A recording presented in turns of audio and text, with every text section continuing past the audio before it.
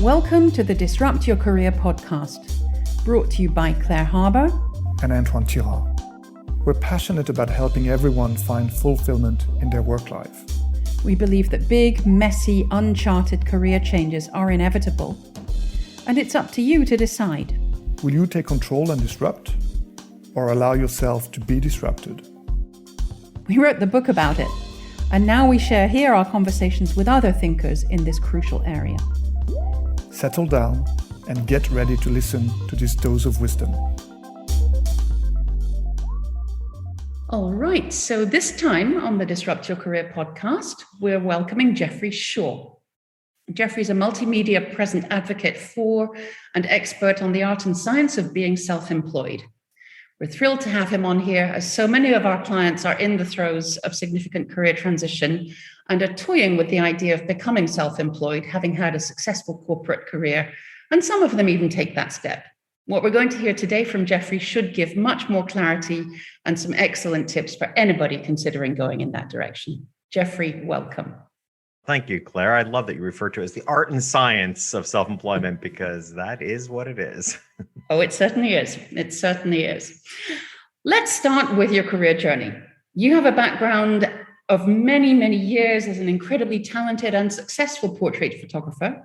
And now you're the self-professed nation's leading advocate for self-employed business owners. You coach, you consult, you have a blog, a book, a podcast, and multiple speaker engagements, including a pretty impressive history with TED. Why don't you share with us how this extraordinary career unfolded? Talk a bit about whether it was by design or how much serendipity's played a role, and talk us through some of your key moments of pride, as well as the major challenges. I love the question about whether it's design or serendipity, and it's not an either or.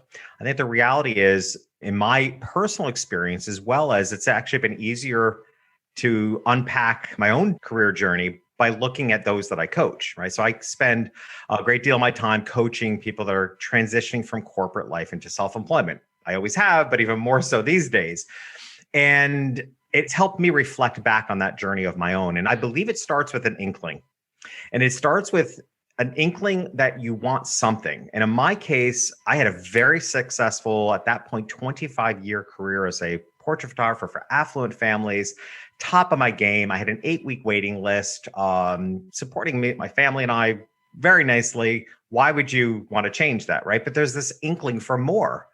And I see that in corporate folks that are transitioning out of corporate as well. There's some inkling that they want something else. They want more freedom. They want more control over their lives. And as I say to my clients, I saw it true of myself, like once that inkling enters in, it's really hard to turn it off. It's kind of like in a bad relationship, when you see what you don't like, you can't unsee it. Once that inkling comes in, right? So first is an inkling. Then I do believe if you choose to take action on that inkling, then that's where the design part starts, right? So for me, it was, as a portrait photographer, very successful. I had this inkling for more, and I took up coach training, thinking this was just going to be something that would enhance my communication skills with my photography clients. Perhaps I would coach a few photographers on the side. So there was a design element. There was an intention. Then what happens? So you got an inkling, then I think, get into motion. They start designing it, even if they're not taking it real serious. And then you get the serendipitous moments. And then you start getting all the signs that, hey, the universe likes the direction you're going in. That's when I think there becomes more validation. And so then you start designing more strategically. So for me, again, sitting in a coach training program and thinking this is just going to be a side gig, everything in the universe seemed to conspire to tell me that this was really work I was meant to be doing. If you had asked me 15 years ago why I was on this planet, I would have said to be a portrait photographer. If you ask me today, those 25 years, it's 38 years in accumulation, but 25 years full-time as a photographer. Now I look back and say that was the learning lab for what I know today, how I can help other self-employed business owners today. So it's really a combination of, like I said, it's an inkling, design, serendipitous moments, and then more strategic design. So the past 15 years, I did, in fact, start coaching originally photographers as I was an active photographer. I started speaking at photography events. People in the venues of the events would come up to me and say, you know, everything you're talking about business has nothing to do with photography. It's bigger than that. And I was like, I think it is. So then I wrote my first book in 2018 called Lingo, which is really unpacking my entire strategy of how I went from a lower middle class kid to becoming the premier photographer for affluent families. And I only did that by one method, which is what I teach in my book called Lingo. And that is just that I learned the lingo of affluent people that I knew nothing about at the time, but I took the time to understand what makes them tick. How can I communicate with them in a way that they feel like I'm on the inside and that I thoroughly get them? And I found actually in doing that work that I actually understood them more than the family and surroundings in which I grew up in. I didn't understand the way my family ticked. I'm like, why aren't you all planning for the future? Why aren't you all responsible people? Why are you all struggling to pay your bills? Right? So I felt more aligned with this affluent clientele on values. I didn't know anything about the money value because I couldn't even have imagined how much money they had, but I felt so aligned with them. So my book Lingo is kind of, as I say, my coming out card to be broader than the photography industry. And that set me on a course of, I would say, more broadly serving entrepreneurs. And then I kind of honed in 2019 as I started writing my second book, which actually was going in a different direction. But it came so very clear to me that strip everything aside, the people I care most about in the world are self-employed business owners. And because that's always been my journey, I've been self-employed my entire life. I've actually never had a traditional job. I've never received a paycheck. And it just, something awokened in me that made me feel so protective of people that are overlooked. Part of that is because I did a lot of work around values, and my number one value is acceptance. And it really helped me tap into being an advocate for self-employed business owners, more than their coach, but also being the advocate, because self-employed business owners are so easily dominated by big business, so easily overlooked. And yet I think self-employed business owners are vital to our economy, vital to our sense of community, vital to the towns and cities that we live in. It awoken to me a specific, like I said, passion. And that's why I wrote my second book, The Self-Employed Life, and that came out in 2021. Fantastic. I'm curious to understand what drew you to photography initially. What drew me into it originally was shyness. I suffered from paralyzing shyness as a child. So it became a creative outlet for me that isolated me. Back in the film day, we had dark rooms. I often say, I chose photography as a career because I could not have figured out a more reclusive career than being a photographer, because as I went out into the world, there was a camera between me, and back in the day, those were bigger cameras, right? So there's this literally a block between me and the world. And I felt like I was hiding. I was capturing something through the lens, and then I would do darkroom work. So what drew me to it was somewhat by design, that it was a career choice I could choose that allowed me to be the introvert that I am by nature, as well as there was a natural skill there and I couldn't deny it. I think, as we often do, I almost tried to deny it, but every time I picked up this freaking camera, I won an award. There was a talent there that I couldn't deny all through high school. And then that's why I went on to photography school. And in photography school, even more so, it's like every time I turned, I was getting scholarships. I was getting nominated by the student body to be the student representative at graduation. I got best portfolio. It's like this talent was something that really did come natural to me. Fantastic. How beautiful that the shyness and introversion that started you off turned you into the kind of person that is looking to shine the light on so many others, the overlooked. That's why I would say that's the ultimate irony, right? I've heard this from a lot of authors. A lot of authors will initially become an author because it's a way for them to put something out in the world but stay somewhat reclusive. And next thing you know, they have a successful book and they're thrown on stages. And that's the ultimate irony of it, which is why I always say, I'm a trained introvert. And I got an inkling of this even as a 14-year-old kid selling eggs door to door, because that was my first self-employment journey. I sold eggs door to door. I lived in the country, so we had a lot of eggs. So I would go door to door selling eggs, and it scared the living daylights out of me to knock on doors and meet strangers. And I kept asking myself, why do I keep putting myself through this? And I think we self-employed people often ask, why do we keep putting ourselves through this? And there was a calling, you could say, to do something bigger. But I think the biggest calling was I wanted to find something bigger in myself. And the reason we keep going is that what is gained is greater than the fear. There's no doubt I still have fear as I speak on stages and nervousness and in a lot of things I do as a leader today. But the fact of the matter is, the benefit of impact and changing people's lives far outweighs the fear. Seeing the difference that you make in somebody's life far outweighs any level of fear. And that's what keeps us going. So I always say I'm kind of a trained introvert. Like I don't mind. I actually love being in the world. I love being on stages, but I have to manage my emotions and myself a certain way in order to get out there again and do it. High functioning introvert, resourcing yourself by rest and isolation, but gaining that energy out there. That's beautiful. So thinking about those very contrasting contexts that you've functioned in, if you think specifically about the contrast, the shift, all those kinds of things, what lessons would you say you've learned? One thing I've learned is that through all the transitions, there's more commonalities than differences. To have gone from a portrait photographer producing artwork that hangs on the wall to becoming a coach that transforms people's lives on the surface seems dramatically different. And I know if you get really into kind of a logical business sense, in one sense, it seems like you're selling something tangible as a photographer, but you're selling something intangible, transformation as a coach. But the fact of the matter is, there's far more commonalities than there are differences, that it's actually all transformation. Even those photography clients, really, there was an element of transformation, emotional transformation that they not only experienced in the process, but as I always said, my goal was to stop a mom in her tracks as she's walking past a portrait I do someday. And she looks back and she recalls that moment in those ages of her kids. So I'm looking to create transformational moments in the future through the photographs. In sales, if you will, we're always just moving people, right? We move them emotionally in order to move them to decision making. And typically in sales, we're looking for them to choose us, right? Choose us or choose our product.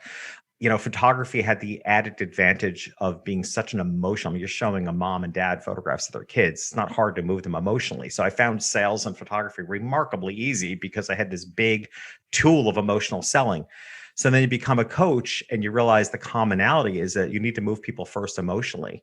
And then you have to decide what moves them, what moves your clients. And something I've been talking about a lot lately is what has typically been used to move people, if you're in a transformative field, some type of coaching. It's been referred to as kind of pain marketing, understanding the psychology of people, that they need to see their pain before they seek the solution. And I've been saying for a couple of years, honestly, even before the pandemic, and now it's just a glaring example that people are not so much into looking at pain these days, right? Now, the emotional transformation language is more about promise. Who can they become? What's the life they can have? Right. So as you're talking about people going through career transition, I'm not going to focus on the pain of having a corporate job, the pain of a restrictive work schedule, or having to be in an office. I focus more on how do you want to transform your life? How do you want to take control and design the life that you want, which I believe self-employment can do that. So there's far more commonalities, even though the diversity of my career has looked extreme. I just continually come back to the commonalities, and also even within myself, the thread that seems to always be there. It seems like I've gone in many different directions, as many of us have, but if you connect the dots, it kind of all makes sense. That does make perfect sense. Thank you. Let's think about very early career professionals who are looking to start out in their careers. Building on all the experience you have, especially having made the radical transformation that you did, what advice would you give a 20, 21-year-old kid who's coming out of university and is wondering what on earth to do with his or her life? What makes that challenging is that university is a great life experience, but if you look at statistically, so many people don't end up in fields for which they went to university for. And yet I'm not someone who's going to diss university, because I think there's tremendous value in the life experience and there's tremendous value in the exploration, even if you end up not doing work in the degree for which you pursued. So I kind of on the fence about that. I know there can be a lot of criticism about university. Will it be relevant in the future? I think it needs to adapt and change, just like everything else is. But, for one, I would say my advice is to take the information you have at that point from the degree that you pursued. Does not have to mean you have to go right down that path, but to be open to other options. My son is actually an example of someone who was he had a triple major, and he had a very specific path he was going to go down, and a job offer came along that allowed him to leverage those skill sets to a degree, but actually a very different venue. And, I remember having a conversation with him. He's like, well, what do I do, Dad? And I'm like, yeah, take the job. Like it was, but the challenge for him was, but it wasn't what I went to school for. And it doesn't matter, because this is an opportunity. And, now we're 10 years later and he's killing it in his career, in his profession, right? Because he made that choice. So I would say any early career person is try not to box yourself in. Unfortunately, there are a lot of elements and people around us that might be trying to box you in, whether it's, parental influence or society, but try not to box yourself in. Grant yourself permission to look at the bigger picture. It's a different world than the advice you're probably hearing from most people. It's a different world from what they grew up in. And I think today it is one of my favorite phrases has become to follow what's unfolding. We were talking earlier about my own career path. And I would say, as I spoke about the inkling, it's largely to just follow what's unfolding. It's one of the challenges of goal setting. It's one of the challenges of having a plan in life, is that you could be so focused on the goals and plan that you're ignoring what's unfolding right in front of you. And I think that in today's world, I would tell these young professionals, the best thing you can do for yourself is to follow what's unfolding. Be observant of what's right at your feet. Be observant of what's changing in the society, what need there is in the marketplace, what needs society has. And it may not be the plan you set for, but follow what's unfolding, because I think that's where the opportunity lies. Yeah, that's so very true. And of course, things unfold at an even greater speed than our parents or their teachers or whatever might have experienced. So it really is an incredibly important dynamic. Okay, let's talk about your second book, but the one most relevant to this podcast, The Self-Employed Life.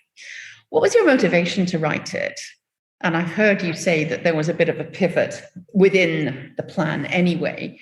Tell us about the needs that you're trying to address with the book, and tell us a little bit about the process for writing. We always love to share the pain of authorship, so do tell us.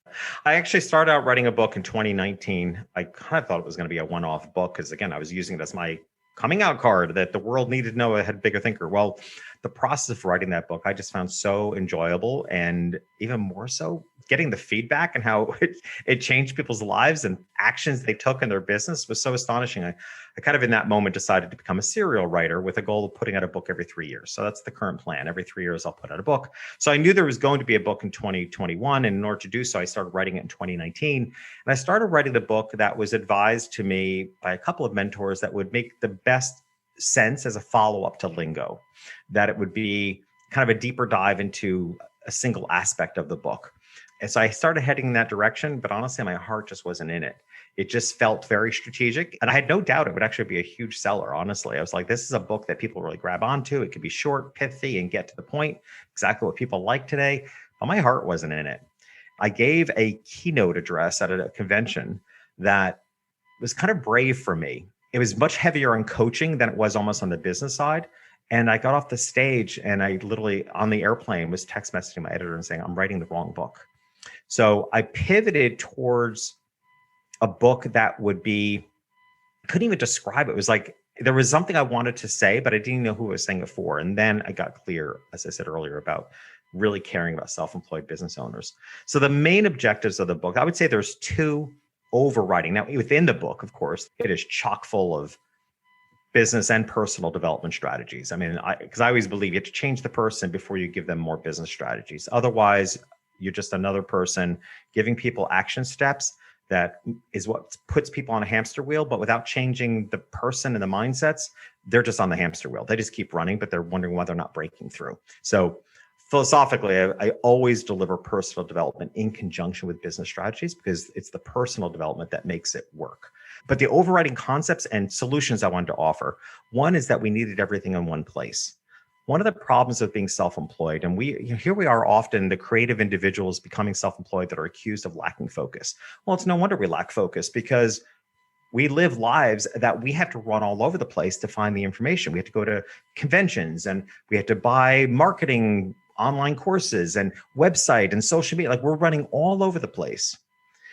to get all the little bits of information that we need, because our businesses as self-employed business owners are one big ecosystem.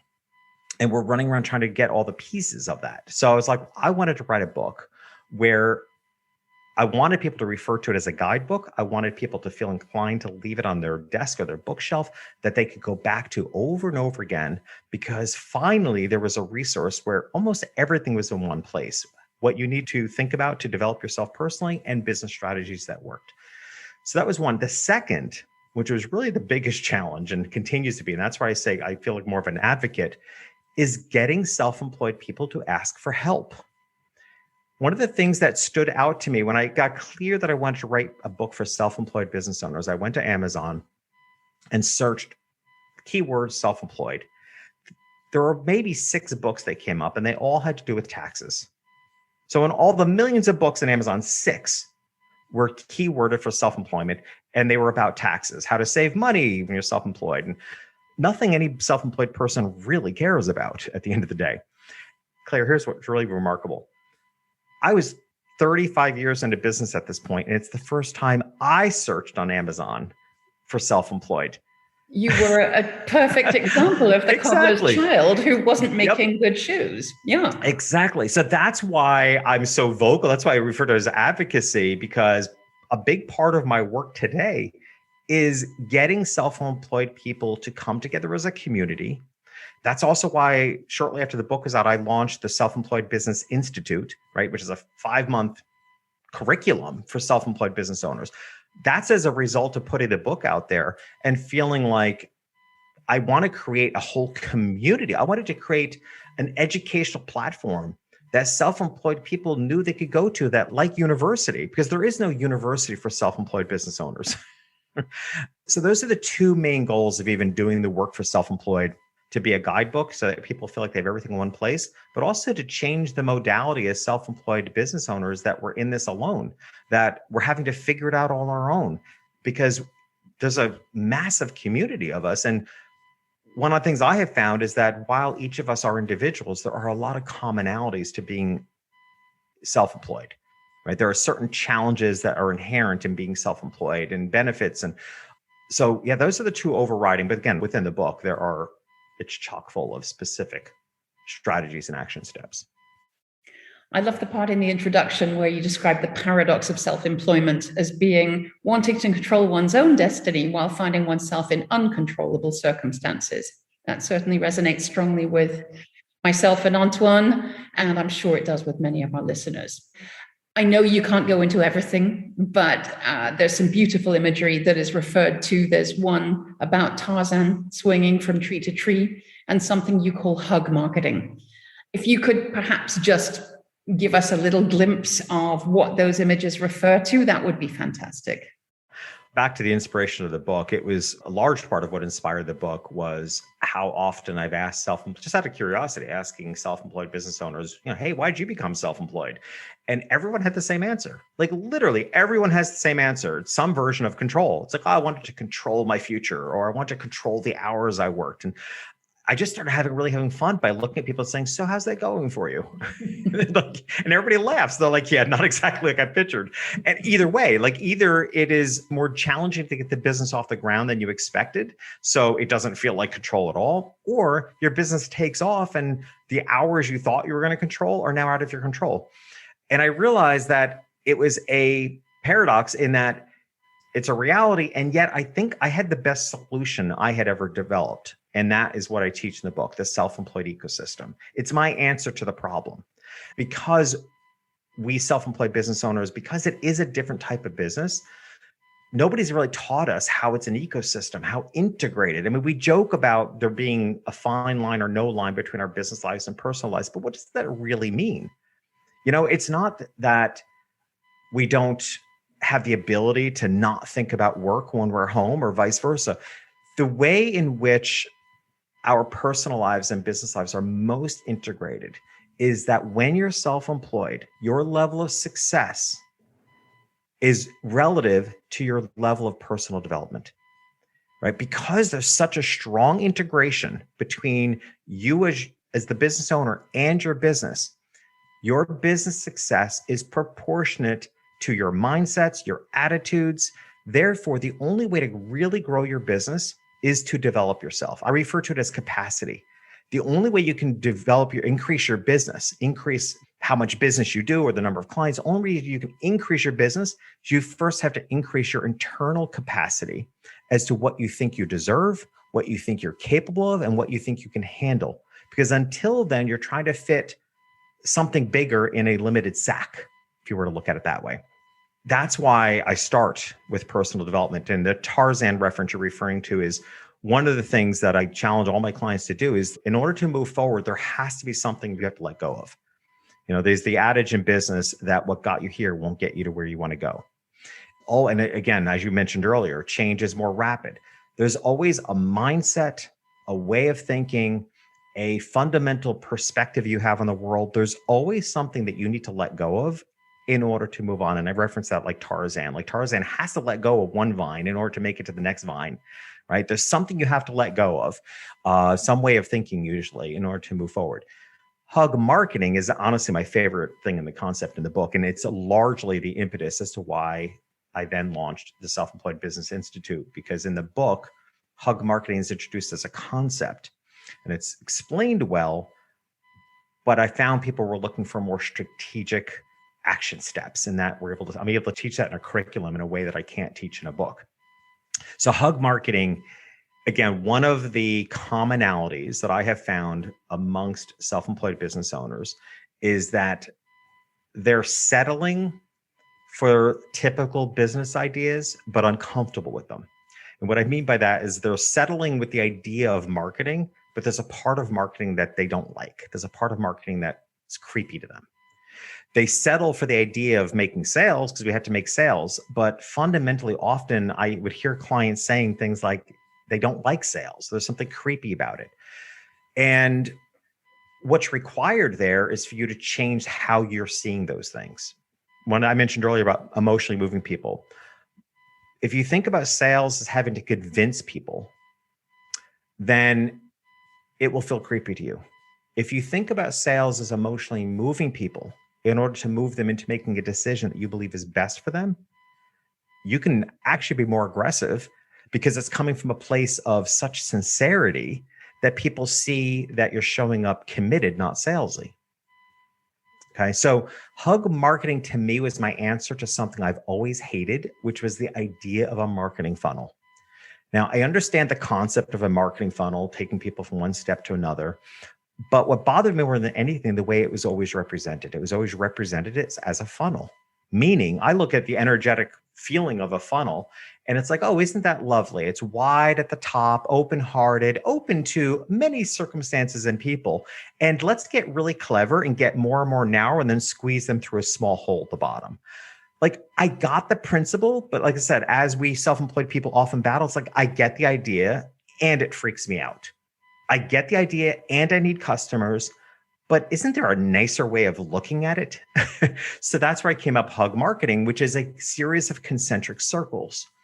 And I started looking at it. It's like, well, the reality is how I want to bring people into my world is I recognize there are strangers out there that don't even know I exist. Then they become strangers that know I exist, but I don't know their names. I don't know they exist. I refer to them as lurkers, like people that are listening to your podcast, people that are reading your blogs. You don't know them by name, but there are people that have eyeballs on you. And I started looking at, well, what do I do then to turn those lurkers into people that are curious? Like, how do I get them to step in a little closer? And then how do I get them to take one more step into so that they're actually engaged with me? And then how do I get them to take another step further where they're actually, a client? But once they're a client, what I know from my photography business is that it shouldn't end there. The goal in business should not, particularly a self-employed business, because they're relationship-based businesses, it shouldn't end with client acquisition like other businesses. That's why I refer to it as a hug marketing, because the goal is a hug. The goal is to, after acquisition of client, that you develop such a solid relationship with that person that if you were to meet in person, you can't imagine not hugging them. And that is my experience, Claire, all the time. People that have been listening to my podcast, I put on social media that I'm going to be someplace in the world, and people reach out and say, hey, I would love to meet you. guaranteed that's going to be a hug. Guaranteed, right? Because there's somebody that you feel like you have this relationship with, and it has completely reframed for self-employed business owners how they feel about marketing. That instead of it being clever and cute and conniving, that it takes on a sense of personal responsibility of how do I, as the business owner, motivate people to take one step at a time closer to me emotionally, to the point where they want to work with me. And then once they've worked with me, they want to hug me. And it has been such a feel-good marketing. And to me and to all the students of the Self-Employed Business Institute, it's like nirvana. It's like you finally have found a way of marketing yourself that is strategic, effective, and feels good. Beautiful. I certainly use a version of that in my business too. And it's very, very similar. It's the idea of serving them long before they've become actively in search of work with you. But yes, I love the notion of hug is extremely beautiful and extremely wide-reaching. You've suggested in a recent blog post that success in business begins with one very simple, but not necessarily easily attainable thing: the intersection of meaning and marketability. And you give some very resounding examples as to why this is true and important. Could you share a couple of those with us to inspire us? The intersection of meaning and marketability is, and any of my coaching clients, I always let them know ahead of time. And certainly my students at the Business Institute, in fact, I brought it up on a call recently, they all laughed because it is so obvious. I always say, and that's why I said in the beginning, I loved your comparison of art and science, because my brain switches from art and science really rapidly. So I can get as woo-woo as anyone, but my brain will also switch really quickly to, oh my gosh, that's fantastic. How is that marketable? So, and to me, the answer, one of the simple answers to success is the intersection between meaning and marketability. Like, what's meaningful to you in such a way that you show up with passion and commitment to service, right? Because if it's not deeply meaningful to you, then you're going to likely come across as salesy. But if it's deeply meaningful to you, you're going to show up, as I do, like advocacy and passion and energy. The problem is it also has to be marketable, because you can be so passionate, energetic about what you think is the greatest thing in the world.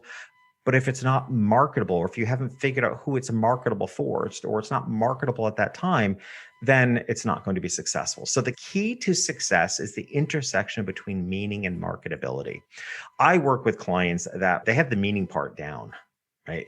The work I have to do with them typically is to turn their meaningful thing into something marketable. So one of the examples I'll offer to you is one of the current students in the Self-Employed Business Institute. His name is Antoine. And Antoine is a very successful Broadway performer. He was in the play Hamilton. So just to give you an idea of his level of success on Broadway. And he got to a point in his life after so many years on Broadway that he was going to step back from regular performing and wanted to turn all that he knew into something. And that's kind of as far as he had. He's like that inkling, right? He had an inkling that his Broadway career to that extent of performance was complete, and he wanted something more. And he had developed this brand name called Soldier of Love, had deep meaning to him. But I had to figure out, like, what's marketable about that? It's a beautiful imagery. It's a beautiful series of words. I say to a lot of my clients, right? It's a beautiful series of words, but what does it mean? How is it marketable? Through our work together, ultimately, we're now building a platform for him around the idea of what his core message is. It is, he wants to teach people how to love themselves on and off the stage. Right now, you can imagine how that ties into him as a Broadway performer, right? Because it is easy. It can be easy for us to love ourselves when everything in life is going well, when the spotlight is on us, when it feels like the heavens are shining on us. But can you also love yourself when you're off the stage? Can you love yourself in the darkest of moments? Especially now, and again, what makes this marketable is there are a lot of people feeling what I believe are kind of split lives. This life on social media that they're thriving on the likes and love that they get on social media. But are they really loving themselves? and how much are they just learning to feed? It really goes to the core. And he had a unique position, Antoine, on Broadway, because he was what's called a universal swing, which is not something a lot of people know about, but they're the backbone of Broadway. A universal swing. He actually knew in Hamilton, I believe he knew the parts of 6 roles.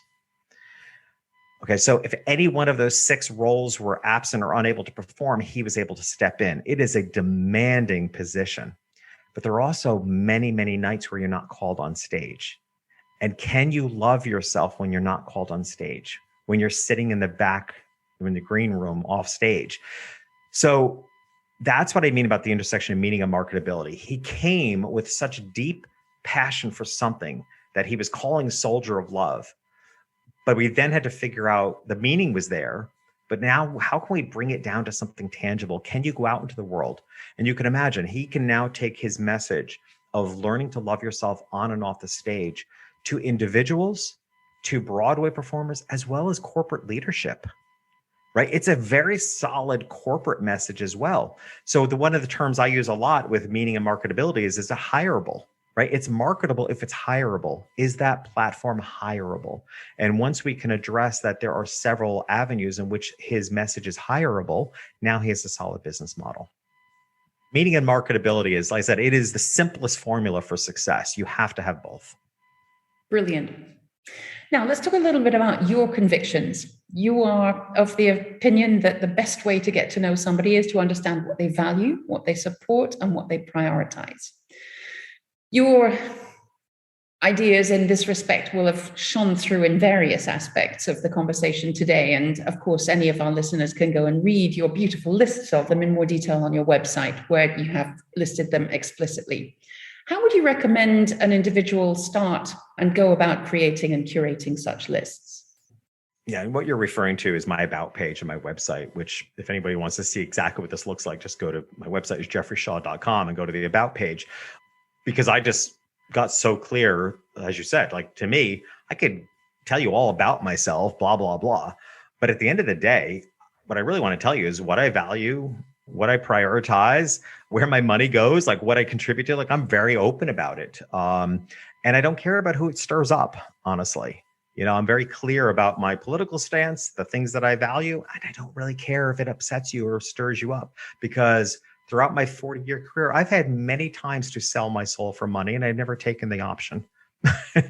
I won't do it. So if I put my soul out there, and if it affects my career in some negative form, that's okay with me, because I never would have changed it anyway. There are plenty of ways we can sell our soul, and I'm just not willing to. So I don't mind putting my values out. As to how to get there, you know, a part of it, I think, is just life. I did work with someone. His name is Brant Menswar. He wrote a book called Black Sheep, which helps you define your 5 core black sheep values. Black sheep values being like a black sheep is themselves. The color of their wool is unchangeable, as are your 5 core values, your black sheep values. So I did work with him as a coach to help me uncover them. I also think it's just information. One of the reasons why in my coaching work, I focus on people, I like to say, of a certain age, because I don't want to say middle age, because middle age is really broad. But I don't, right? I mean, I look at it between like 35 and 75. There's your middle age. Yeah. So it's tremendously broad nowadays because we don't slow down anytime soon. But I'm not working with 20-year-olds. I'm not working typically with startup businesses. I'm working with new businesses, but often people that have 10, 20 years of experience in life behind them or in career. And then that might be a brand new business. But the point is that they have information. And it's one of the reasons why I work with people of a certain age, is that they have information from which we can see exponential growth by helping them tap into the information they know. It's harder to do it, I think, when you're young. I mean, how do you determine your values when you haven't lived life more fully? So I would say the best way to do it is you kind of probably do need to work with somebody to ask you the right questions. One of the questions that Brant challenged me with, and I don't think he'll mind me sharing this, it's in the book anyway, but that I found really helpful for me personally, he asked to think about the top 5 songs that inspire you and the top 5 movies, your top favorite movies. And then start, if those are your favorite songs and those are your favorite movies, start unpacking, like, what's the underlying message of those movies? What's the underlying messages of those songs? Why do they inspire you? And you could start seeing your values show up. And I have to say that was probably the most useful tool for me, because I realized all the songs that inspired me, made me feel when I listened to them that I was fully accepted in the world. And I thought it was inspiring because I could just see myself on top of a mountain and like, I am here and I'm here to stay and you're going to like me, whether you do, whether you do or not, I'm here to stay. And, so all the songs that I loved had this sense of acceptance, which is how I really began developing. Like that's acceptance to me is across the whole board. It's acceptance in the diversity of our world and our society. But it's also, I feel a strong sense of acceptance with regards to self-employed business owners, that we are accepted in society, that we ourselves accept the power of calling ourselves self-employed, that this isn't something to hide from. I make that very clear in the book. It's like, this should be a badge of honor to say you're self-employed. So I would say, to me, the easiest tool was to look at top movies, top songs, and kind of start asking yourself, why? Why are you drawn to that? What values are they starting to find? Are you pointing to within yourself? Beautiful. If you had a magic wand and you could change one thing about the world of work, what would it be? Oh gosh, and boy, would I like a magic wand today. Oh yeah. Acceptance. Employers, and I ironically ended up doing a lot of speaking in the HR world, which I never expected.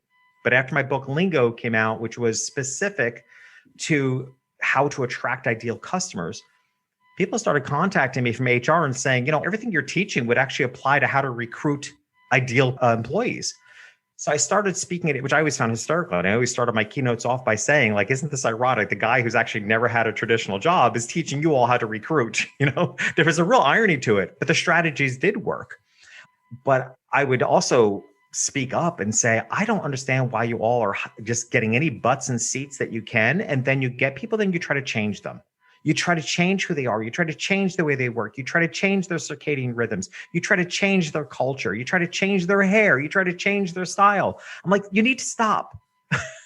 The reason I'm here teaching recruiting is do the work on the front end. You get clear on who your ideal employees are and only recruit them so that when they get in your door, they're already a part of your culture. They already feel like they belong. So if I had a magic wand, it would be to change this attitude in employment that your employees are somebody other than who you are and who your company is and who your culture is, that you should be recruiting people that you accept, and you need to accept the changes in the world. Not everybody wants to go back into the office right now or may ever, because if they can be productive, if not more productive at home, give them the freedom to be who they are. It's astonishing to me because research and observational life will show you that if you let people be who they are, you get more of who they are, right? So if you like who they are, if you believe in their work, give them the agency to be more of who they are, you'll get more from them. So my magic wand would be, somebody asked me on a different podcast what I thought the future of work looked like. And I said, in an ideal world, the future of traditional employment would look a lot more like self-employment. Give people autonomy and agency. I mean, we self-employed business owners get up every day and go at it and do our best work because we have a sense of autonomy and agency and passion, and it drives us. Why wouldn't an employer want to give their employees that same sense within themselves and then let it go? So that's my magic wand. And it happens to be so pertinent today because some companies are demanding their employees come back full time. And I'm like, and we wonder why there's a great resignation. Yes. I'm not going to go down that black hole because I'll get stuck there for hours, but certainly It's a big topic with many of my coaching clients at the moment. I just wanted to add to that. I wrote an article for Entrepreneur Magazine recently titled something like, I think everybody has the great resignation wrong. Because I feel like everybody's focusing on the big quit. Everybody's focusing on what they're leaving part. I'm like, let's focus on what they're running towards. The reason there's a great resignation is not about what they're quitting. It's what they want to build in their future. It's what they're going towards. And they're going towards a life and career by their own design. Very true. Even though they're often leaving toxic bosses as well. But that's the background. The impulse, however, is the one that goes towards something more fulfilling. Let's turn our attention to 18-year-old Jeffrey. If you could go back and have a word with him, what advice would you want to give him? An 18-year-old Jeffrey would have been taking a year off between high school after high school because I didn't even know what the next step was. I had zero direction. I didn't grow up in a family or a culture that talked about higher education. I had two older brothers that went straight into the workforce in their own way. And so 18-year-old Jeffrey was floundering. What I would go back to tell him is to accept himself and be the bolder version of himself much sooner. I feel looking back, I mean, I didn't come out as a gay man until I was 44. I'd been married for 19 years, had 3 kids, divorced. 5 years later, I came out. So there was just a real slowing down in the process of my, so now I'm 58. And now I have this sense of, I call it healthy urgency, because I don't imagine myself dying anytime soon. But you get to a point where you realize it's not endless either. So what I would say to 18-year-old Jeffrey is get bolder sooner, accept yourself for who you are, get bolder sooner, because boy, would I like to have some of that time back now. The upside is that, like I said, working from a healthy sense of urgency, I'm getting more done today, every day of my life than I probably would have if I was taking a slower pace. So I guess it all evens out and works out. Yeah, I would tell 18-year-old Jeffrey to be bolder sooner. Wonderful. And with this healthy urgency, what is the most exciting thing on your plate for the rest of the year? Honestly, next year or next 10 years is the building of the Self-Employed Business Institute. This is my legacy. This is something that I am, quote unquote, building to sell. And I say that because I'm not looking to sell it anytime soon. But when you embrace the idea that you're building something to sell, you take on a sense of legacy. Like, this is bigger than I am. This is something I hope to leave the world, because I really believe, particularly with the increase of self-employed people in the world, like, they need education specific to our realities. And most of the students are formerly corporate executives, people that have been in the workforce and corporate world for 10, 15, 20 years, leave to become coaches and consultants or start a bakery or all different types of sorts of businesses. And even with their MBAs and their vast experience, being self-employed is a whole different modality, and there's no education. And who at 40, 45 years old wants to go back to university? And what are you going to go back to university for? A traditional education for a non-traditional business? So I started a non-traditional educational platform specifically for self-employed business owners. As you can tell, this is my passion. I could go on and on. It's not only my most exciting project for 2022, but I envision it for the next 10 to 12 years from now that I'm actively involved in it. And then at some point, early 70s, I imagine myself kind of selling it at that point under careful transition, because I expect it to go on for a very, very long time. Beautiful. Well, we will be looking forward to endless communication of the growth and expansion and richness of the institution. Jeffrey, it's been an absolute pleasure having you on today. I know our listeners are going to find many, many rich nuggets in what you've been sharing.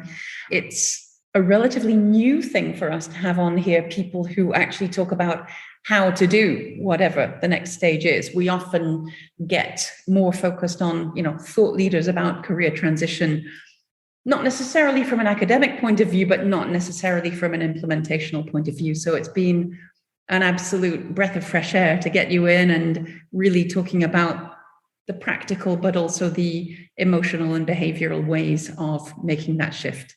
And I just want to thank you very firmly and kindly for having come in and shared so generously of your time. Thank you. My pleasure. Thank you for having me. We hope you enjoyed hearing from this month's guest as much as we did. Do go and check out our work on disrupt-your-career.com and come back soon. Thank you.